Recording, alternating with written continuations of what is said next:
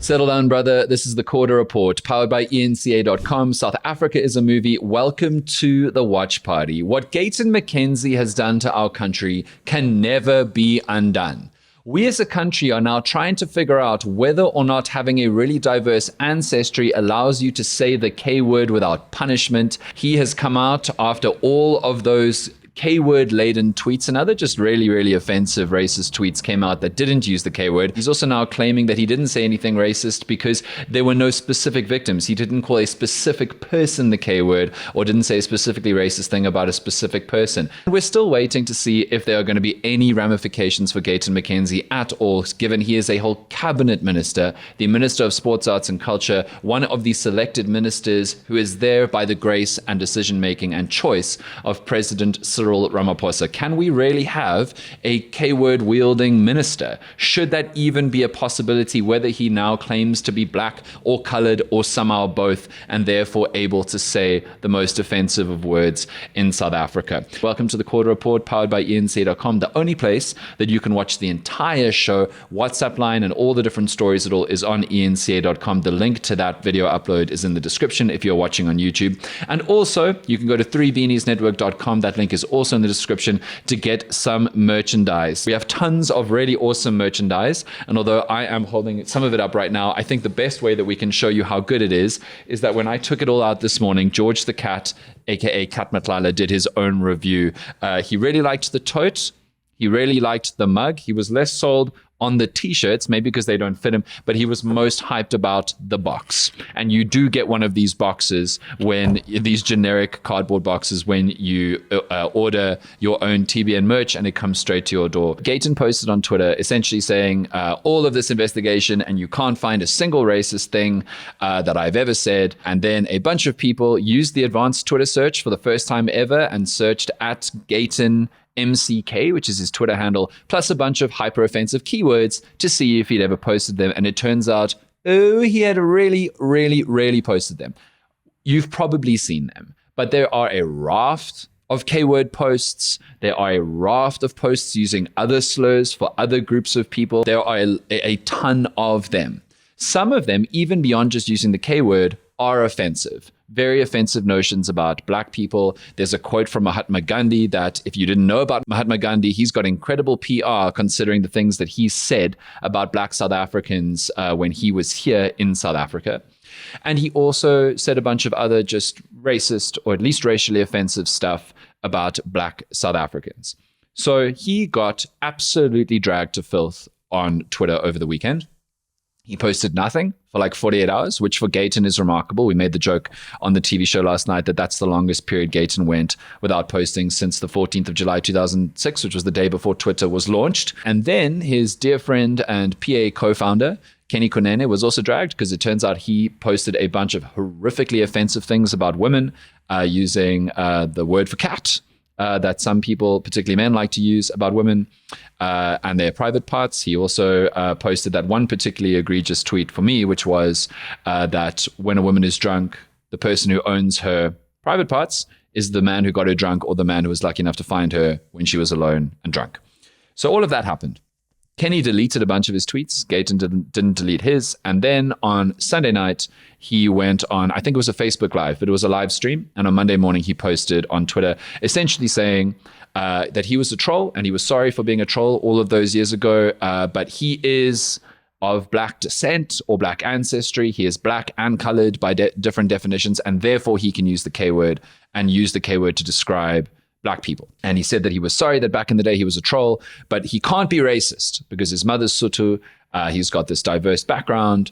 He can't be racist because his grandfather's Japanese and grandmother is Irish or something wild like that. He posted that he can't apologize because there are no victims. Like there is no specific person he called the K word. There's no specific person he said a racist thing about, which stands in stark contrast with his criticism of the Open Chats podcast a few days ago online when he was criticizing them for saying racist things about colored people when the Open Chats podcast called colored people incestuous and crazy. because again, by Gayton's own logic, they didn't speak in that podcast about a specific colored person, and therefore by Gayton's logic, they didn't apparently now say anything racist because there was no explicit victim for them to apologize to. So Gayton essentially doubled down on his line saying that he's not racist, he can't be racist. He said he's always fought for colored people and black people. He's always said that they're one in the struggle, but that colored people have a worse experience now in modern South Africa than black people do, and so he fights for colored people. And then everyone in his party doubled down. Liam Jacobs, amongst others, refused to even engage with the debate. He just said, ons is klaar ge-explain, or whatever, or we are done explaining. Posted a lekker smiling photo with him and Gayton and a few others, and they have now decided to shut down the debate and be done with it. Gayton is not going to punish himself. He said he'll submit to an investigation. I don't know what that investigation is. All different political parties have now piled on, criticizing him, from the DA to Action SA and others. But we still wait to see if there are going to be any consequences for him from the government, from Cyril Ramaphosa, who has chosen and kept him as his Minister of Sports, Arts and Culture in the cabinet. We don't know if Ramaphosa is just going to ignore all of this. We know that Ramaphosa needs all the support he can in the GNU as the ANC tries to dilute the DA's power within the government of national unity by inviting new parties like Action SA and maybe Bosa, amongst others, maybe the NCC, to come into the GNU, which would thereby dilute the DA's influence in the government of national unity. So we know that Ramaphosa doesn't want to lose Gayton.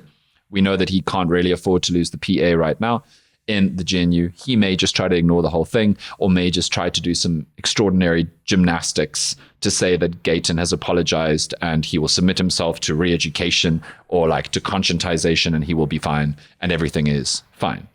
And a lot of people now, after this whole debacle, have just shrugged and said, well, it's probably not going to affect Gayton's vote anyway, partially because there are lots of people who voted for Gayton Mckenzie because they want colored representation in parliament and an advocacy for colored people in parliament. And they're willing to look past this kind of expose of Gayton's old posts because they still want him to fight for colored people in government and in South Africa.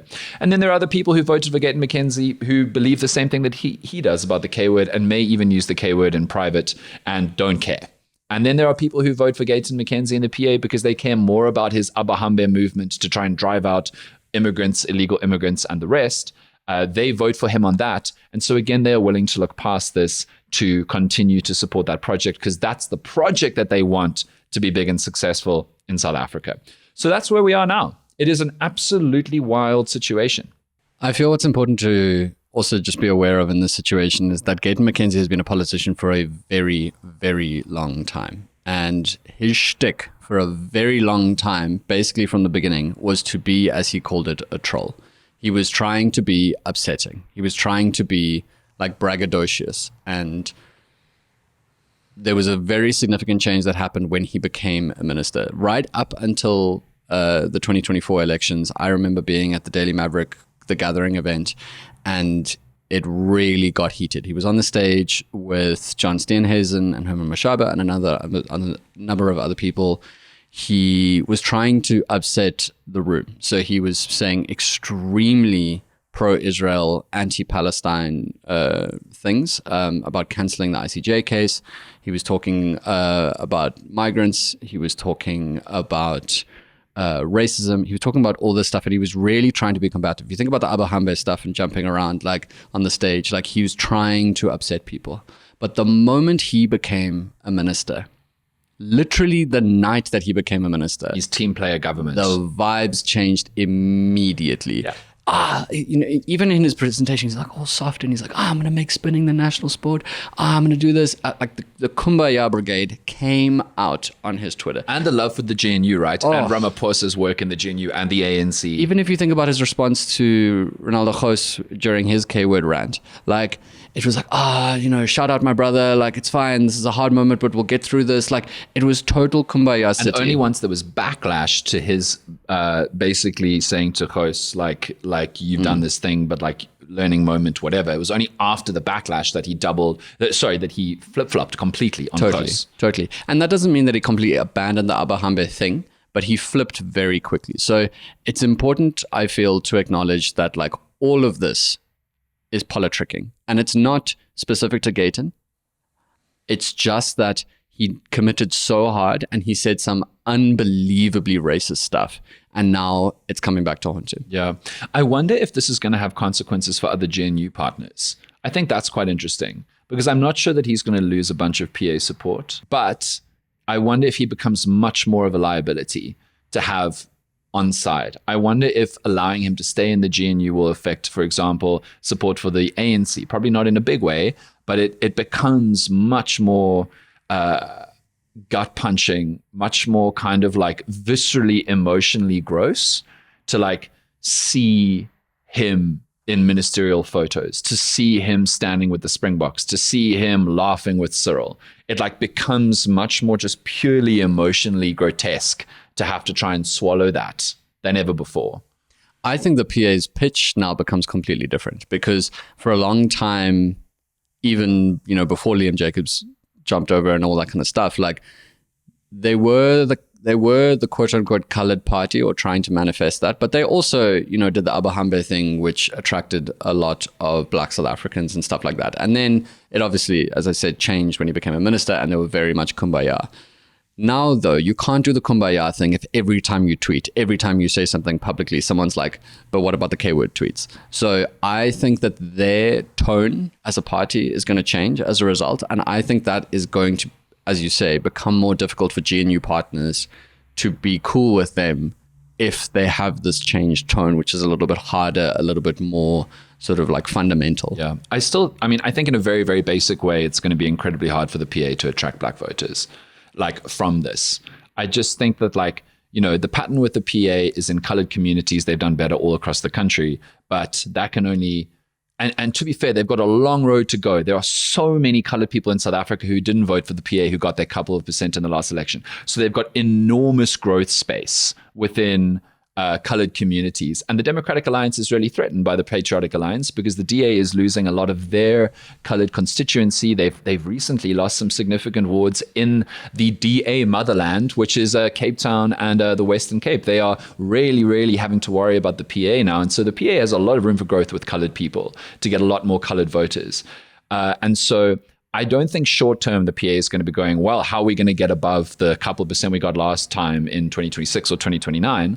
But I think that once they reach some kind of further down the road plateau with colored folks, they're going to have to figure out how to get beyond that.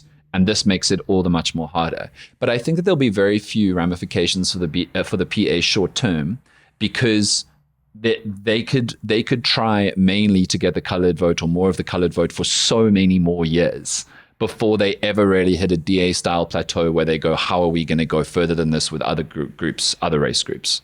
I think this moment also just highlights the question that you were asking at the top of the show about that word and who can say it and what one's proximity to blackness constitutes being able to wield that word. I think that this is unlike the N-word in America, which has been reclaimed. I mean, that doesn't mean white people get to use it, but like, obviously, like justifiably. But that is a word that has never been okay in South Africa in any sort of world, any sort of capacity. I mean, you think about like the Penny Sparrow situation and how hard I feel justifiably they came down on her. She didn't even say the word, but you know, like generally that level of racism. And there was a couple of years ago where the K-word was defined as hate speech, which could result in jail time. And obviously, you know, the argument always with this kind of thing is that, oh, it was 10 years ago and and, you know, people always try and pull that card. But the fundamental fact of this word in the South African context is it is so raw and so offensive and has never been, it's never moved past the sort of apartheid connotations in the way that the N-word has sort of evolved. And it's just such a hot point and such a no-go zone, I think, just in general. It's quite extraordinary to see the level of, I'm not saying it's unjustified, obviously, but like the level of reaction that has come out of this situation, even for people who loved Gayton Mckenzie. Like the number of tweets that are like, I voted for PA, but now I don't, and because of this and stuff, it's wild. Yeah. You want to place a bet on whether or not Ramaphosa is going to even say anything about it? I will bet that he will not. I think he'll say something about it, but I don't think Gayton's going to lose his ministry. Yeah. So just to be clear, I don't think Gayton's going anywhere. He is too important to the GNU to be ruffled in any way. The other thing that I'd just like to say is that he was very interesting in his response. Usually people are quite measured and they have a line and they say this thing or this thing or this thing. He was machine gunning. He was like every excuse under the sun. Oh my goodness. He was like, no, I didn't say it. It's AI built by the EFF. However, I'm sorry I said it. However, I can say it. However, I have Japanese heritage and Sotho heritage. Also, I married a black woman, so how could I be racist? I have black friends. Also, on top of that, if you fire me, Ramaphosa, you will see what happens. He was basically just like, someone was like, cool, we have these 5 options. And he was like, yes. All of them. He was like, we're going to do all of them. And to threaten Ramaphosa like he did. You'll see what happens if you, was a wild move, but I don't think he's going anywhere. There's no way. He's too, he's too important. Well, we'll see what happens. We'd love to know what you think about all of this on the WhatsApp line 0607 613 436. South Africa, I'm so tired. July 2025 was historically insane, and August 2025 is July Pro Max. We are definitely in July the sequel now because everything is happening as a result of July, and it's just pouring out. And it feels, and I know this might be too old a reference for some viewers and listeners, but it feels like Lord of the Rings. It's that rare moment where the second one is so much wilder than the first one. Usually the first one is super wild and the sequel, this is the Two Towers. This is the Empire Strikes Back of, this is the Dark Knight. Exactly. Months. Yeah, absolutely. This is why you're here. Movie references. Eric and I wouldn't have got anywhere there. Movies and cars. That's what I bring to the podcast. Movies and cars. Thank you for listening and watching. We'll be back tomorrow.